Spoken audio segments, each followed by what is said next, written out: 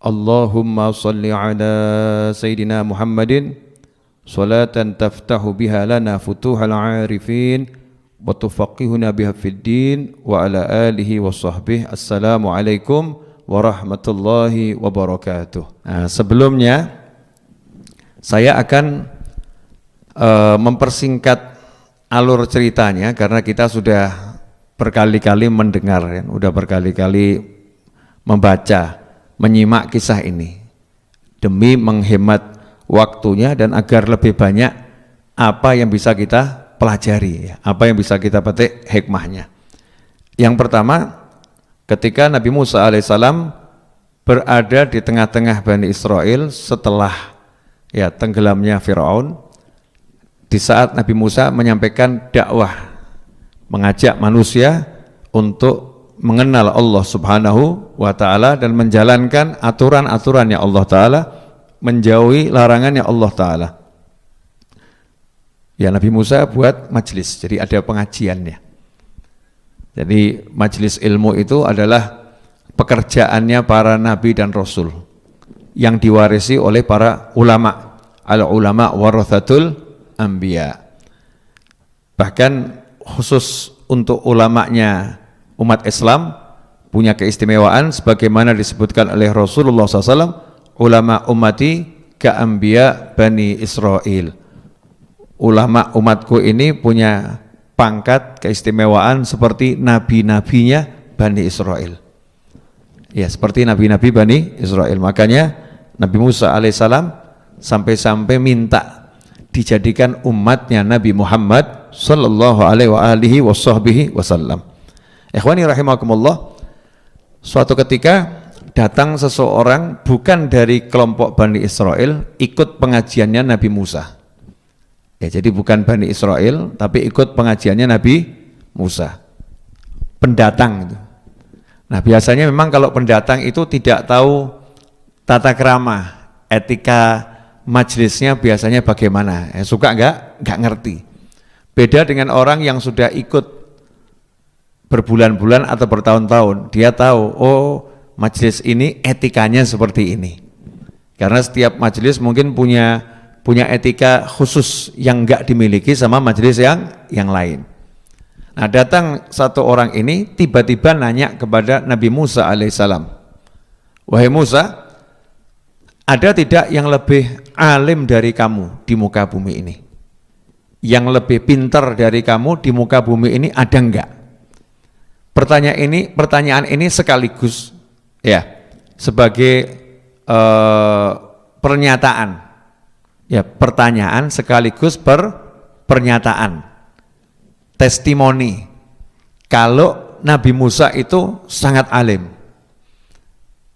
Karena Nabi Musa sangat alim, yang nanya itu terkagum-kagum, terus nanya, kira-kira ada enggak yang lebih alim dari Nabi Musa? Kalau Nabi Musa aja alimnya seperti ini, yang lebih alim itu seperti apa gitu. Orang ini penasaran, pengen tahu. Maka saat itulah Nabi Musa alaihissalam menggunakan ilmu yang dimiliki untuk meneliti ya hamba-hamba Allah yang ada di muka bumi ini. Dibuka database-nya oleh Nabi Musa sesuai dengan database yang dimiliki oleh Nabi Musa alaihissalam. Diakses. Siapa nih yang lebih alim dari saya? Setelah diakses ternyata jawabannya enggak ada. Saya yang paling alim di muka bumi, saya. Ini kejujuran Nabi Musa alaihissalam, bukan kesombongan. Jangan salah. Enggak mungkin ada wali sombong, apalagi Nabi sombong. Enggak mungkin. Jadi Nabi Musa sebagai seorang yang alim berilmu harus jujur secara ilmiah. Saya orang yang paling alim. Seperti misalnya kalau ada dokter jantung ditanya, apakah ada dokter jantung yang lebih pakar, lebih senior dari Bapak? Kalau memang dia dokter yang paling senior, paling pakar, paling hebat, ya dia harus ngomong enggak ada. Saya yang paling hebat. Saya nomor 1 dokter jantung di Indonesia. Maka ucapannya itu bukan kesombongan, tapi itu kejujuran ilmiah.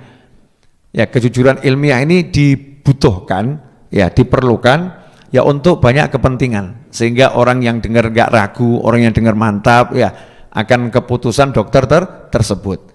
Sama dengan ucapan Nabi Musa alaihissalam, maka beliau mengatakan, tidak ada, ya saya ini yang paling alim. Tapi Nabi Musa saat itu lupa untuk mengucap wallahu a'lam. Ini menurut ilmu saya, tapi Allah lebih tahu. Ya, Allah lebih tahu. Saya enggak tahu ilmunya Allah Subhanahu wa taala. Wallahu a'lam. Allah lebih tahu, Allah lebih mengerti.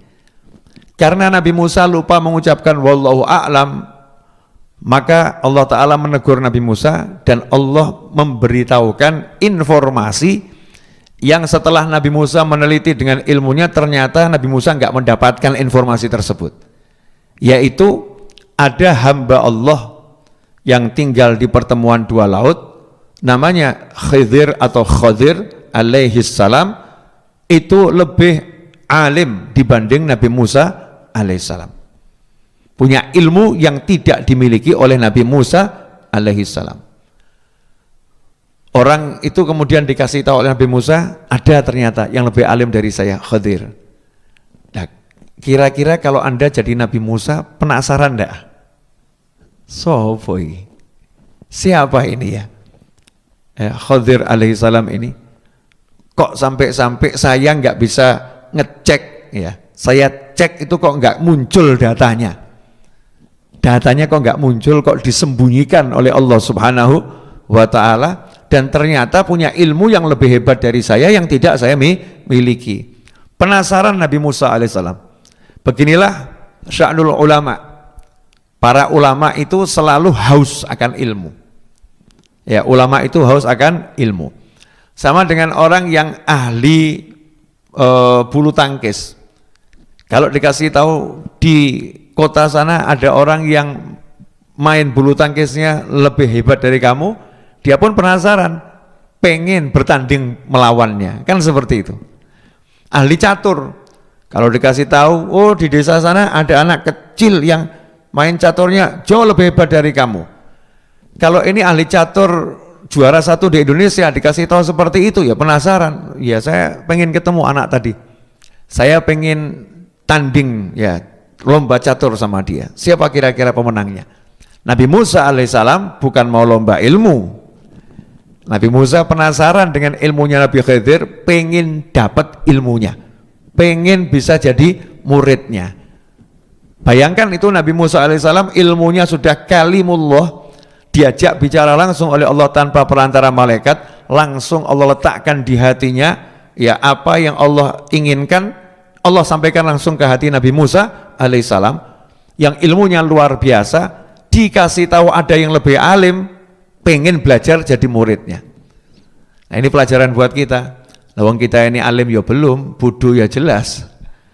Ya kita ini kan bodohnya masih banyak. Dikasih tahu ada majelis, di situ ada ulama, di situ ada orang punya ilmu, masih kita ngomong ulama yang satu itu masih banyak kekurangannya. Ulama yang satu itu saya nggak cocok, dia masih punya kekurangan ini. Jadi yang dibahas bukan ilmunya, tapi kekurangannya. Nah ini kesombongan kita. Anehnya, kalau mau berobat ke dokter, kita nggak pernah tanya, dokternya punya kekurangan enggak? Yang penting ilmunya. Anehnya, kalau kita mau bangun rumah, kita cari arsitek, kita nggak nanya, arsitek ini latar belakang kehidupan beragamanya seperti apa, nggak nanya. Kita nggak nanya arsitek ini kehidupan sosialnya bagaimana, nggak nanya. Yang kita tanya, dia ini kalau gambar bagus tidak? Kita butuh ilmu gambarnya. Kita nggak peduli dengan latar belakangnya dia, selain gambar ini dia bagaimana, saya nggak ngurus, kan begitu. Dokter yang penting dia bisa bantu penyembuhan saya. Perkara dia mau alirannya apa, agamanya apa, dia di luar dokternya dia itu punya hobi apa, saya nggak ngurus. Yang penting dia di ilmunya jujur, memang dia pandai, dia ahli di ilmunya. Tapi kenapa terhadap ulama kok kita nggak seperti itu? Kenapa terhadap ulama kita kok kemudian masih cari salahnya, cari kurangnya, ilmunya nggak kita ambil. Di situ nanti kita akan ruginya luar biasa, akan mendapatkan banyak kerugian. Ya banyak kerugian. Nah, Nabi Musa alaihissalam begitu dikasih tahu ada yang lebih alim, maka lantas minta petunjuk kepada Allah Ta'ala untuk dipertemukan, padahal beliau dalam kondisi masih mengajar dan beliau punya umat yang jumlahnya cukup besar. Semua itu beliau tinggalkan, wakilkan pada Nabi Harun, dah kamu yang ngajar mereka semua, saya mau belajar. Ya, saya mau belajar. Ditinggalkan semua itu, belajar kepada seorang hamba Allah yang gak jelas tinggalnya di mana. Alamatnya ada, fotonya gak ada. Ya, fotonya gak ada, alamatnya ada. Sebagaimana diabadikan di surat Al-Kahfi dan surat-surat yang lain, ternyata dikasih tahu alamatnya, suruh cari pertemuan dua laut. Nanti kalau udah sampai di sana, kamu bawa ikan sepanjang perjalanan. Nanti kalau ikan kamu itu kena airnya hidup lagi, ya disitulah alamatnya Nabi Khidir alaihissalam. Ada yang mau nyari? Nabi Musa alaihissalam lantas ngajak teman satu, muridnya. Ya, teman satu muridnya. Diajak, yuk saya ajak cari hamba Allah Khidir alaihissalam. Muridnya ya senang, ya penasaran.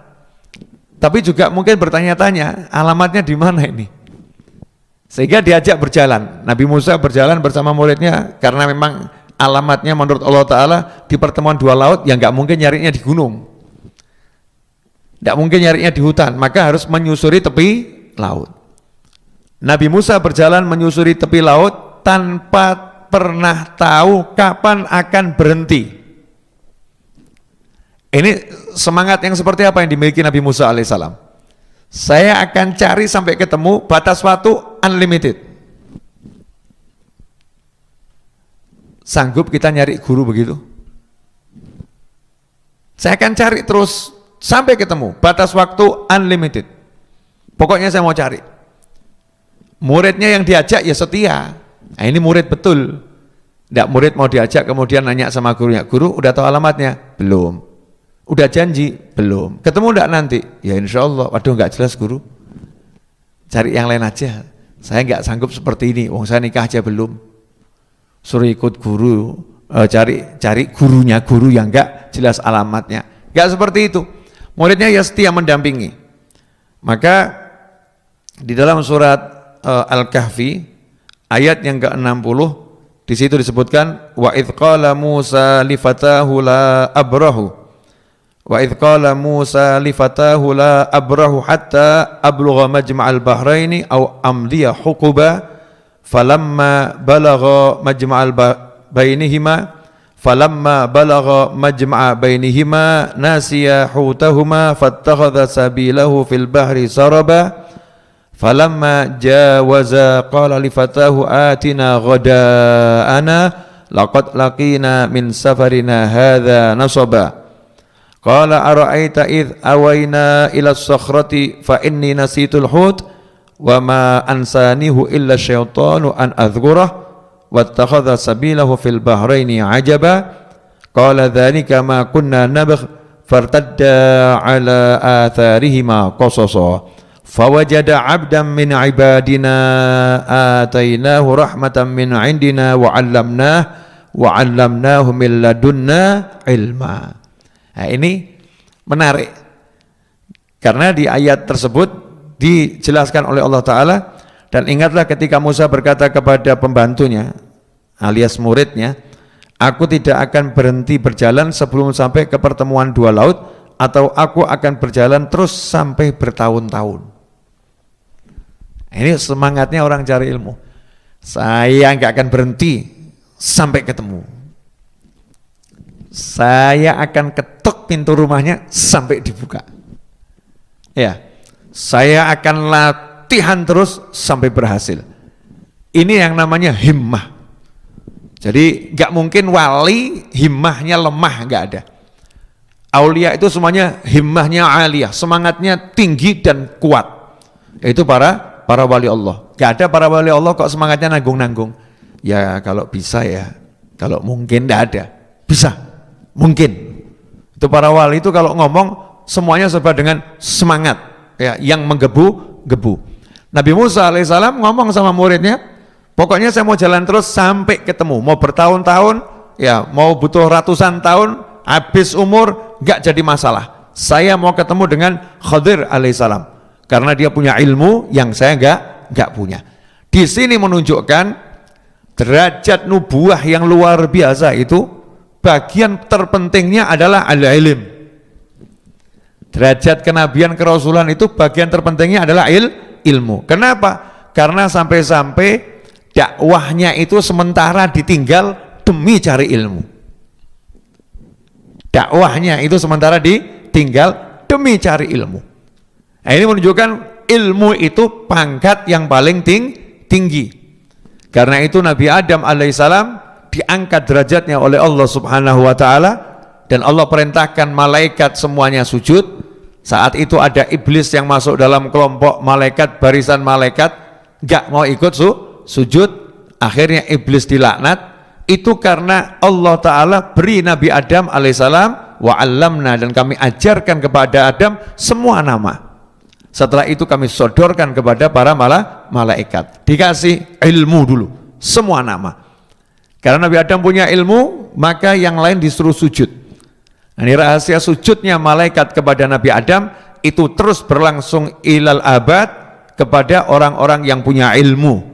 Para malaikat akan sujud pada orang-orang yang punya ilmu, yakni sujud ta'zim, pengagungan, penghormatan dan kesetiaan. Makanya dalam hadis disebutkan, innal malaikata la tadau ajnihataha li talibil ilm ridwan bima yasna', atau kama qala sallallahu. Sungguh malaikat itu meletakkan sayapnya untuk orang-orang yang keluar cari ilmu, karena malaikat senang dengan apa yang mereka perbuat. Malaikat meletakkan sayapnya, jadi sayapnya diletakkan, dihamparkan di tanah. Ada pula yang mengatakan malaikat meletakkan sayapnya artinya sayapnya enggak dipakai, malaikatnya berhenti terbang, duduk menyimak orang yang menyampaikan ilmu, sembari malaikatnya mendoakan orang tersebut agar dapat ampunan dan rahmat dari Allah subhanahu wa ta'ala. Digabungkan dua makna ini, malaikat juga menghamparkan sayapnya agar diinjak-injak oleh orang yang cari ilmu, sehingga malaikatnya merasa mendapatkan kemuliaan, dan yang cari ilmu pun merasa mulia karena yang dia injak bukan karpet, bukan bumi, bukan lantai, bukan keramik, tapi sayapnya para malaikat. Dan ini sirrus sujud, rahasia sujudnya malaikat kepada Nabi Adam alaihissalam. Karena itu Nabi Musa ketika dikasih tahu ada yang lebih alim, maka Nabi Musa juga sujud ta'zim, merendah. Gak ada sombongnya gak ada, tawadhu'nya ditingkatkan, dicari itu. Ya, dilakukan perjalanan, dan ini perjalanan berikutnya seperti perjalanan Nabi Musa keluar dari Mesir. Nabi Musa keluar dari Mesir untuk ke Madian, ketemu guru, maka sekarang juga keluar meninggalkan kaumnya, cari guru. Ya, cari guru, tapi tujuannya ini jelas, alamatnya yang agak susah. Ya, alamatnya agak susah. Maka dilanjutkan saat itu di ayat yang ke-61, maka mereka sampai ke pertemuan dua laut itu, mereka lupa ikannya, lalu ikan itu melompat mengambil jalannya ke laut itu. Jadi saat sampai di pertemuan dua laut, Nabi Musa nggak tahu di mana pertemuan dua laut itu, nggak tahu. Tapi sampai di suatu tempat yang tempat itu dikatakan pertemuan dua laut, Nabi Musa istirahat lelah, ya, pengen makan siang. Ya, pengen makan siang. Nabi Musa mengatakan, falamma jawaza, setelah keduanya itu melewati pertemuan dua laut, kan waktu istirahat, kemudian ikannya keluar dari tempatnya. Jalan lagi, istirahat lagi, sudah melewati batas pertemuan dua laut. Disitulah Nabi Musa bertanya kepada muridnya, atina ghoda'ana, laqad laqina min safarina hadza nasaba. Tolong siapkan makan siangnya, karena sesungguhnya kita sudah menemukan rasa lelah, ya, merasa letih, perjalanannya sangat melelahkan, sudah jalan jauh, udah capek, sekarang saatnya makan siang. Nabi Musa minta makan siang karena capek, berarti ini capek banget atau enggak itu? Nabi Musa itu kan kuat badannya, sampai minta makan siang berarti sudah capeknya luar biasa. Nah, disitulah kemudian muridnya ngomong, oh saya lupa ngasih tahu, Tadi ikannya yang mau dibuat makan itu lari. Ikan yang mau disantap melarikan diri. Ya itu sedikit, kalau mungkin kita yang dengar kaget. Ternyata muridnya Nabi Musa nggak kaget lihat peristiwa seperti itu. Sebab dalam tafsir disebutkan ikannya itu sudah digoreng. Nah, coba kalau Anda yang melihat ikan gorengan atau hidup gitu, misalnya lapor, Nabi Musa, urip meneh gitu. Nabi Musa hidup lagi kan begitu ya. Gumunan soalnya. Gumunan, tahu gumunan? Ya, gumunan itu bahasa Indonesianya apa? Hah? Lain, keheran-heran, bukan. Gumunan itu ya apa ya? Yang gumunan. Sedikit-sedikit apa namanya? Kaget gitu ya. Itu gumunan itu. Ya, apa bahasa Indonesianya? Ya itu, sedikit-sedikit. Wow. Bukan lebih, bukan, beda, gumunan. Jadi gumunan ini dia merasa terheran-heran, tapi berulang kali, terlampau sering merasa terheran-heran, gumunan. Kenapa gumunan? Ya mungkin jarang melihat peristiwa seperti itu. Nah, ini muridnya Nabi Musa, karena udah terlampau sering lihat mukjizatnya Nabi Musa, laut terbelah, ya udah biasa, maka begitu ikan mati hidup lagi, ya biasa saja. Makanya tidak segera lapor. Jadi lapornya itu cuma gara-gara lauknya hilang gitu loh. Bukan karena ikannya hidup, karena lauknya hilang. Lapor di situ kepada Nabi Musa alaihissalam, muridnya tadi berkata, tahukah engkau ketika kita mencari tempat berlindung di batu tadi, aku lupa menceritakan tentang ikan itu dan tidak ada yang membuat aku lupa untuk mengingatnya kecuali setan, dan ikan itu mengambil jalannya ke laut dengan cara yang aneh sekali. Ya, dengan cara yang aneh sekali. Itu dikatakan ikannya di tempat tersebut kena percikan air laut yang di situ disebut ma'ul hayah menurut ahli tafsir, air kehidupan. Siapa yang tersentuh air itu atau minum air itu akan hidup abadi dengan izinnya Allah Ta'ala. Makanya kan banyak peneliti yang cari di mana itu air kehidupan. Di mana air itu kehidupan? Karena disebut di Al-Qur'an ikannya hiduplah lagi. Kemudian bisa berjalan ke laut dengan cara yang aneh. Kata muridnya, ini yang buat saya lupa tuh setan. Kenapa setan buat lupa? Karena setan nggak mau Nabi Musa ketemu Nabi Khidir alaihi wassalam. Sebab kalau ketemu nanti akan dapat ilmu yang luar biasa. Nggak mau itu setan itu terjadi. Makanya kalau kamu mau ke rumahnya kiai, mau ke rumahnya habib, mau ke rumahnya ulama, ke rumahnya ustadz, kok wangel gitu ya. Nah, itu yang buat angel tuh setan. Ya, bukan jangan lihat kejadiannya, tapi itu ada kerja setan pengen kamu tidak sampai sana.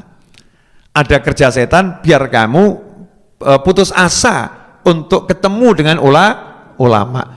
Setiap mau ke tempat Habib Novel kok ada aja ban bledos, ya ban motor pecah, ada aja. Mau keluar tiba-tiba kepleset nih ya. Memang saya nggak jodoh nih ketemu Habib Novel. Bukan nggak jodoh, kamu justru berjodoh, cuman godaannya banyak dari setan. Seharusnya itu pertanda kalau pertemuanmu akan menghasilkan sesuatu yang baik. Jangan su'dzon, justru harus berprasangka baik, jangan berprasangka buruk. Nah, apa yang terjadi? Nabi Musa pun berkata, qala dzalika ma kunna nabgh. Lah ya itu yang tak tunggu-tunggu. Itu yang saya harapkan. Saya lagi cari kapan ikan itu hidup lagi. Karena disitulah letak Nabi Khidir alaihi salam. Fartadda, maka keduanya mulai menyusuri kembali tepi laut, tempat kira-kira posisinya ikan tadi hidup. Kamu ingat di mana? Cari di situ. Nah, dicari ketemu. Ya, dicari ketemu posisinya di mana, maka saat itulah fawajada 'abdan min ibadina, maka keduanya menemukan salah seorang hamba kami, yang telah kami berikan rahmat kepadanya dan yang telah kami ajarkan ilmu kepadanya dari sisi kami. Keduanya menemukan hamba kami yang telah kami beri rahmat dari sisi kami dan ilmu laduni, ilmu dari sisi kami. Berdasarkan ayat ini terjadi perbedaan pendapat di kalangan ulama. Nabi Khidir ini statusnya nabi atau wali?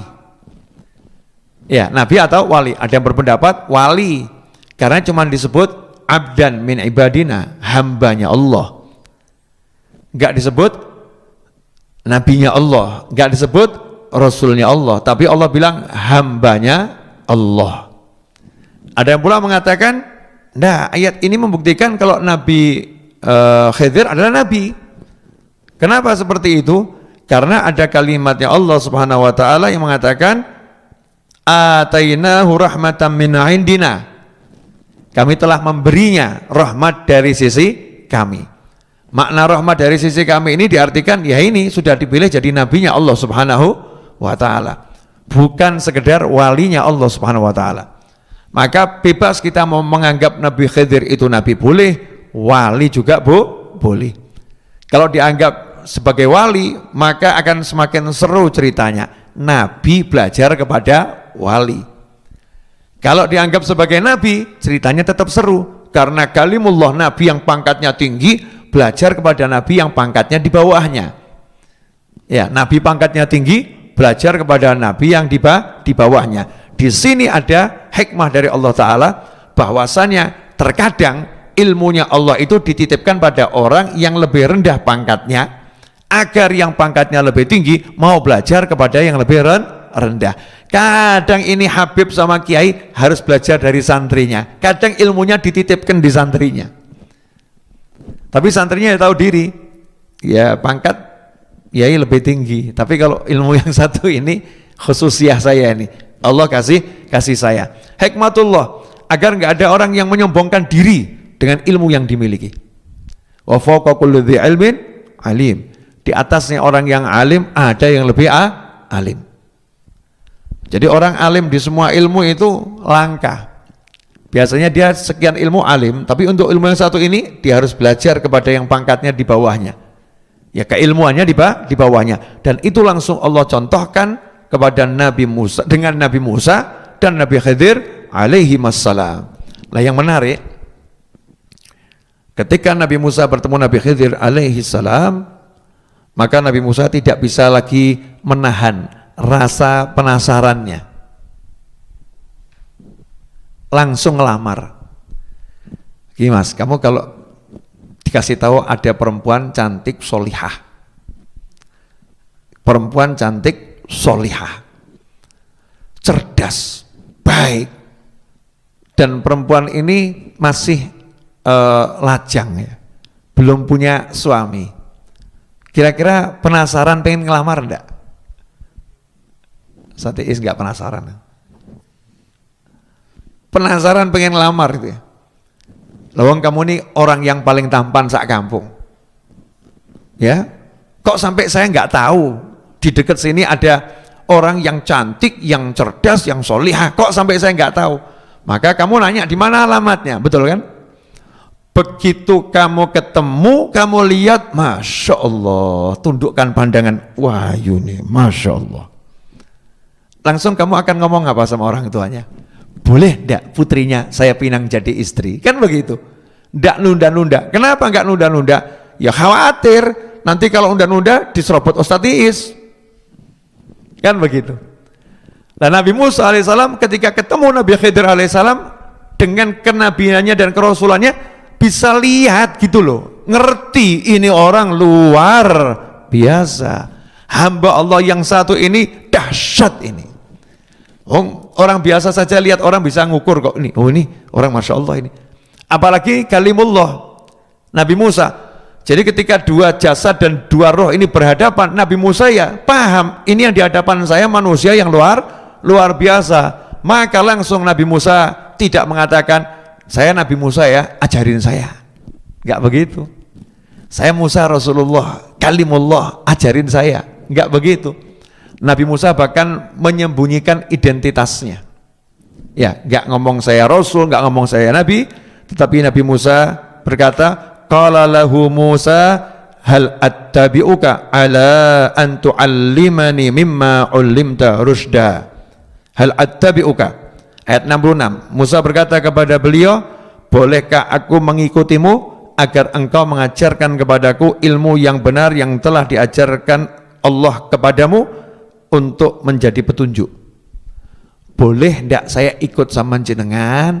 Nanti kalau ada waktu saya diajari ilmu yang Allah berikan kepadamu. Boleh enggak saya ikut? Jadi kalimatnya hal atabiuka. Jadi saya boleh enggak ngenger, ikut kemana-mana ikut. Nah ini kalimat hal atabiuka ini ittiba, itu mengikut dengan melayani. Saya tak jadi pengikut jenengan, tapi ya bantu-bantu melayani, nanti kalau ada waktu diajari. Beliau enggak mengatakan, saya Nabi, saya Rasul ya, saya ini dakwah banyak loh jamaah saya, umat saya banyak loh, saya ini dikenal sebagai Rasul yang luar biasa, mukjizat saya banyak. Ini saya tinggal nih, hanya pengen ketemu jenengan, jadi sekarang jangan sia-siakan waktu saya dan perjalanan saya, tolong ajarin saya. Nggak ada seperti itu, hanya orang sombong yang seperti itu. Nabi Musa nggak seperti itu. Beliau butuh ilmu, maka syarat untuk mendapatkan ilmu adalah at-tawadhu. Ilmu itu adalah harbun lil muta'ali, musuhan sama orang yang nyombongkan diri. Kasail harbun lil makanil ali, seperti banjir itu musuhan sama tempat yang tinggi. Banjir carinya tempat yang rendah. Banjir itu bersahabat dengan tempat yang rendah. Sama, ilmu juga akan bersahabat dengan orang yang mau merendahkan diri. Ilmu nggak akan mau dengan orang-orang yang menyombongkan diri. Maka Nabi Musa menggunakan frasa yang sangat pas, kalimat yang sangat indah. Hal attabi'uka, boleh nggak aku ikut? Coba simak apa jawaban Nabi Khidir alaihissalam kepada Nabi Musa yang sudah tawadhu, sudah merendahkan diri. Ya kalau bahasa kita udah ndelosor gitu ya, sudah betul-betul merendah serendah-rendahnya, nggak melihat sedikit pun di dirinya punya sesuatu. Tapi Nabi Khidir mengatakan, qala innaka lan tastati'a ma'iya sabra wa kaifa tasbiru ala ma lam tuhid bihi khubra. Kata Nabi Musa, kata Nabi Khidir, maaf, ini kalau sudah terjemahan bebas ya, innaka, pakai innaka, sesungguhnya, enggak mungkin keliru. Innaka ini sesungguhnya, enggak mungkin keliru. Innaka lan tastati'a, pakai lan, tidak mungkin bisa sabar hidup bersama saya. Kamu enggak mungkin bisa sabar jalan bareng saya, enggak mungkin. Bayangkan ini Nabi kalimullah sudah bilang saya mau ikut, ditolak mentah-mentah. Ditolak mentah-mentah dan kalimatnya itu ya kalimat yang pedes atau enggak pedes ini. Udah kamu enggak mungkin sabar sama saya, udah enggak bisa. Kamu enggak mungkin sabar sama saya. Dan dijelaskan, bagaimana kamu bisa sabar atas sesuatu yang kamu belum punya ilmunya. Kamu belum dikasih tahu itu rahasianya apa, nanti kamu sabar enggak itu dengan semua perbuatan saya, enggak mungkin bisa sabar kamu. Nabi Khidir mau ngasih tahu perbuatan saya serba nyeleneh, tapi saya diperintah Allah gitu ya, diperintah Allah. Sementara kamu enggak tahu ilmunya itu, nanti apa bisa sabar kamu? Enggak mungkin bisa sabar. Nah, Nabi Musa alaihissalam karena memang sungguh-sungguh, ya sungguh-sungguh pengen cari ilmu, bukan seperti kita, kalau kita digitukan marah. Rapatean B, rapatean, ya kan? Habib usah, nggak butuh lah. Habib nggak mau ngajar sudah, nggak usah ngajar, nggak usah banyak ngomong. Mungkin saya dibegitukan ini. Ya, kalau saya bersikap ada orang mau belajar, dah kamu nggak mungkin bisa sabar sama saya. Oh, ilmumu belum sampai, ilmumu belum tekan, cekak ilmumu. Marah orangnya, sombong amat, sombong amat, kan gitu. Marah ini orangnya. Saya datang baik-baik, mau belajar, jawabannya seperti itu. Tapi Nabi Musa tidak begitu. Nabi Musa, Rasul, tahu bagaimana adabnya orang yang cari ilmu. Harus terus merendah, nggak boleh meninggi. Maka beliau mengatakan, qala satajiduni insyaallahu sabiran wala a'si laka amra. Ya insya Allah nanti engkau akan menemukan aku sebagai orang yang sabar dan saya janji saya tidak akan menyalahi perintahmu. Ya, saya janji nggak akan menyalahi perintahmu. Ini kalau kita baca terjemahannya ayat 69, dia Musa berkata, insya Allah akan engkau dapati aku orang yang sabar dan aku tidak akan menentangmu dalam urusan apapun. Ya, tidak akan saya tentang, perintahmu apa akan saya turuti, pokoknya saya nurut.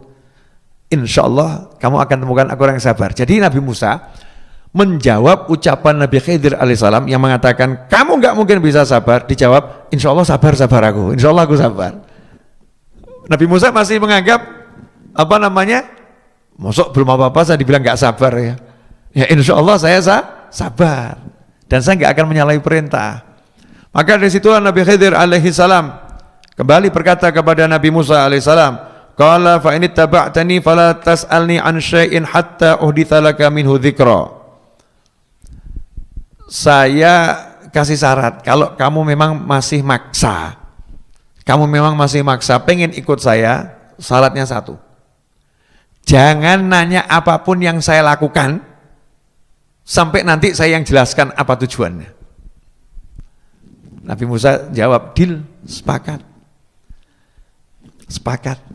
tidak akan nanya. Sekarang saya mau nanya sama kamu mau belajar tapi dilarang bertanya, kira-kira seneng atau sebel? Udah ya, saya mau ngajar, suka-suka saya. Kalau belum saya jelaskan jangan nanya. Dan kalau udah saya jelaskan pun ya jangan nanya, sampai saya izinkan nanya baru nanya. Kalau saya mau ngajar, saya ngomong begitu, kira-kira Anda menganggap saya ini manusia seperti apa? Sombong amat. Ruwet. Kita ya.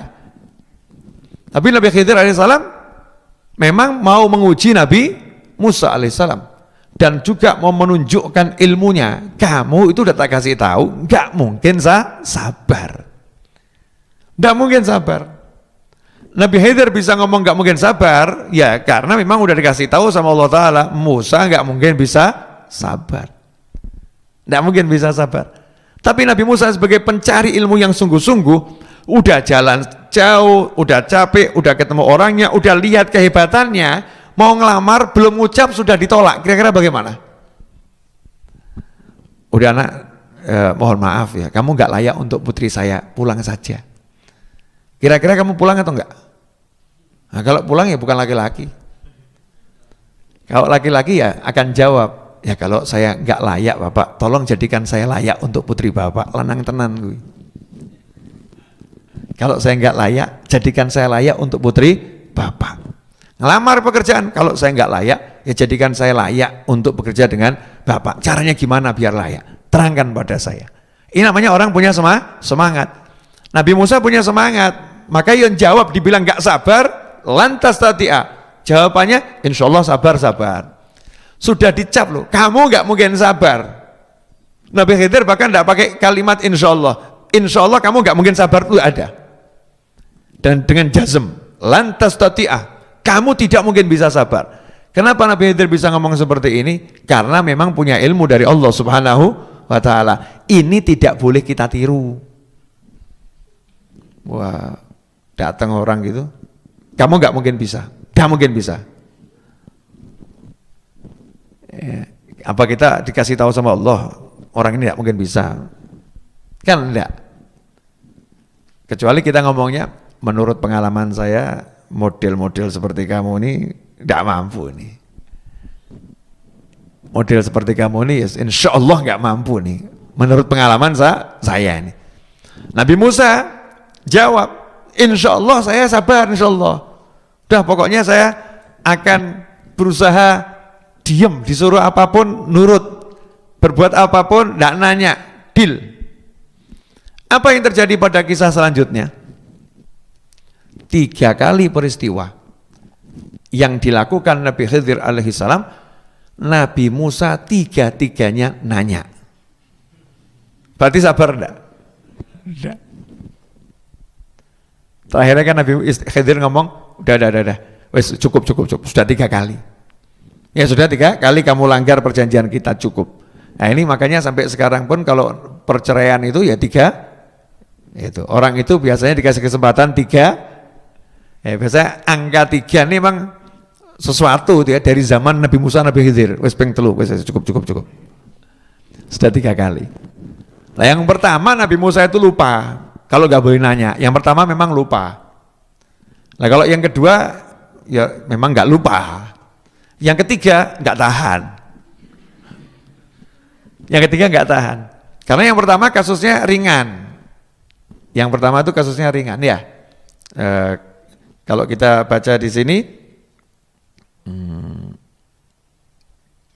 fantalaqa hatta idza raqiba fis safinati kharaqaha qala akhraqtaha litughriqa alaha laqad jita syai'an imra. Yang pertama Nabi Musa, Nabi Khidir mau nyebrang laut. Ya di situ Nabi Musa kan juga tidak angkat tongkatnya kemudian pukulkan ke laut biar belah, ya enggak. Kenapa seperti itu? Mau ada kapal dan tidak dibutuhkan. Ya, mukjizat ini muncul kalau terdesak. Nabi itu pakai kelebihannya emang kalau kepepet, kalau enggak ya menunjukkan sifat kemanusiaannya. Ada kapal ya naik kapal. Tapi enggak punya duit. Nabi Musa kehabisan duit, Nabi Khidir enggak bawa duit. Dua-duanya enggak bawa uang, mau naik kapal harus bayar. Nanya, boleh numpang enggak? Enggak. Boleh numpang enggak? Enggak. Boleh numpang enggak? Enggak. Ada satu orang ini yang punya kapal, lihat ini orang kok wajahnya menyenangkan dua-dua ini ya. Dipersilahkan, silakan ikut bareng kami, silakan ikut bareng kami. Karena lihat wajahnya itu paham ini orang soleh, ini orang baik. Ayo monggo, nggak usah bayar, gratis, silakan naik. Ya samalah seperti jenengan kalau makan di rumah makan terus lihat wajah jenengan, oh buat kamu gratis dek gitu, masya Allah. Masya Allah, paham mergo gak duit. Nah ini subhanallah. Naik kapal tersebut, Nabi Khidir kemudian lihat ada kapak, kapaknya diambil, kapalnya dirusak. Sel tembok tadi, duduk tembok, kapalnya dirusak. Nabi Musa langsung protes, ini kok dirusak, pengen kelelep kabeh. Apa kamu pengen menenggelamkan semuanya? Ini perbuatanmu ini sesuatu yang sangat, aduh gitu loh ya. Kalau bahasa kita gitu ya. Maka Nabi Khidir pun jawab, ya, qala alam akul innaka lan tastati amma ya sabra. Wis tak kandhani to, awakmu gak iso sabar. Itu kalau terjemahan Jawanya bisa pas di hati ya. Saya kan udah bilang, kamu gak mungkin bisa sabar. Nabi Musa kaget dibilangin seperti itu ya. Ingat, ya. Qala la tu'akhidni bima nasitu wa la turhikni min amri usra. Kata Nabi Musa di ayat yang ke-73 dikatakan di situ, ya kacamata. Bismillah, biar semakin jelas. Janganlah engkau menghukum aku karena kelupaanku dan janganlah engkau membebani aku dengan suatu kesulitan dalam urusanku. Tolong ini jangan diperpanjang masalah ini. Saya lupa tadi. Ya, jangan diperpanjang, beri kesempatan lagi. Jangan dibebani sesuatu. Nah, itu Nabi Khidir ternyata nanti pada akhir ceritanya menceritakan bahwasannya kapal ini kan orangnya baik. Tapi di tepi pantai sana itu ada raja yang koleksi kapal bagus. Jadi kalau ada kapal bagus sama rajanya disita dengan kezaliman. Nah ini kapalnya bagus, orangnya baik. Kalau dirusak kan jadi nggak bagus, ada cacatnya. Kalau ada cacatnya maka tidak akan disita oleh raja. Jadi dia ngasih saya gratis nggak bayar, saya selamatkan kapalnya sebagai balas budi. Ngono lho carane wali. Tapi aja mbok tiru. Nanti kamu ya mesti diboncengkan sama temanmu terus bani mbok gembosi. Kenapa? Ilmu murung tekan. Wah. Ilmumu belum sampai ya ngawur. Dah, Nabi Khidir ada syariatnya, ada wahyunya dari Allah. Wahyunya ilham atau wahyu nubuah itu khilaf ulama. Artinya ada ilmu dari Allah Ta'ala. Kemudian yang kedua, lihat anak muda, ya anak kecil, ghulam, belum balik itu, masih suci, nafsan zakiyatan, masih suci, belum balik, belum punya dosa. Sama Nabi Khidir dibunuh. Yaitu caranya ditafsir beda-beda ya. Saya ngomongnya tidak enak, nanti Karena ini kan akan di live streaming dan lain sebagainya. Kalau kita terangkan detail tuh, banyak manusia-manusia zaman sekarang ini kan nanti diniru adegan-adegan kan repot itu ya. Walaupun udah kita tulis ini video tidak untuk anak kecil. Intinya dibunuh oleh Nabi Khidir alaihissalam. Bunuh anak kecil. Nabi Musa lihat ini yang bareng sama dia bunuh anak kecil. Padahal dulu dia nggak sengaja nyenggol orang-orangnya mati, itu nyeselnya sampai sekarang nggak hilang-hilang. Lah kok ini lihat pembunuhan seakan-akan seperti sadis, dia pegang klek mati. Piye atau iki? Gimana ini? Tidak kuat ini Nabi Musa ini nanya lagi. Maka kata Nabi Khidir, ya sudah saya kasih tahu. Qala alam aqul laka innaka lan tastati'a ma'iya sabra. Qala in sa'altuka an syai'in ba'daha fala tusahibni. Qad balaghta min ladunni udhra. Kata Nabi Khidir, sudah ya. Ini sudah kedua kalinya. Saya udah bilang kamu nggak bisa sabar. Nanti kalau yang ketiga kali selesai. Habis ini saya nggak mau ikut nggak akan izinkan kamu ikut saya lagi. Kalau sampai kamu ulangi lagi, ya nanya-nanya begini, bantah-bantah, debat begini, udah selesai. Di situ Nabi Musa kan nggak komen. Kenapa? Sadar, iya, nggak sabar aku. Yang pertama kan lupa komen. Yang kedua memang nggak lupa, inget, nggak boleh nanya, tapi nggak kuat. Raiso kira takon, nggak bisa ini nanya. Nah yang ketiga, lapar dua-duanya, masuk satu desa, kalau nggak makan bisa mati. Ini sudah sampai lapar yang luar biasa, dedaunan nggak ada, rerumputan nggak ada, watu kabeh gini tuh Sony. Maka saat itu ketuk pintu rumahnya orang minta makan, nggak ada yang mau ngasih. Satu desa pelit. Alhamdulillah di Indonesia nggak ada desa seperti itu, betul kan ya? Di desa tuh kalau lagi ada mantenan kita mampir, Pak Bu numpang ya minta makan, ya, pas ada mantenan ya dikasih, sono oh monggo ya. Asam lambung lagi naik ya kirim.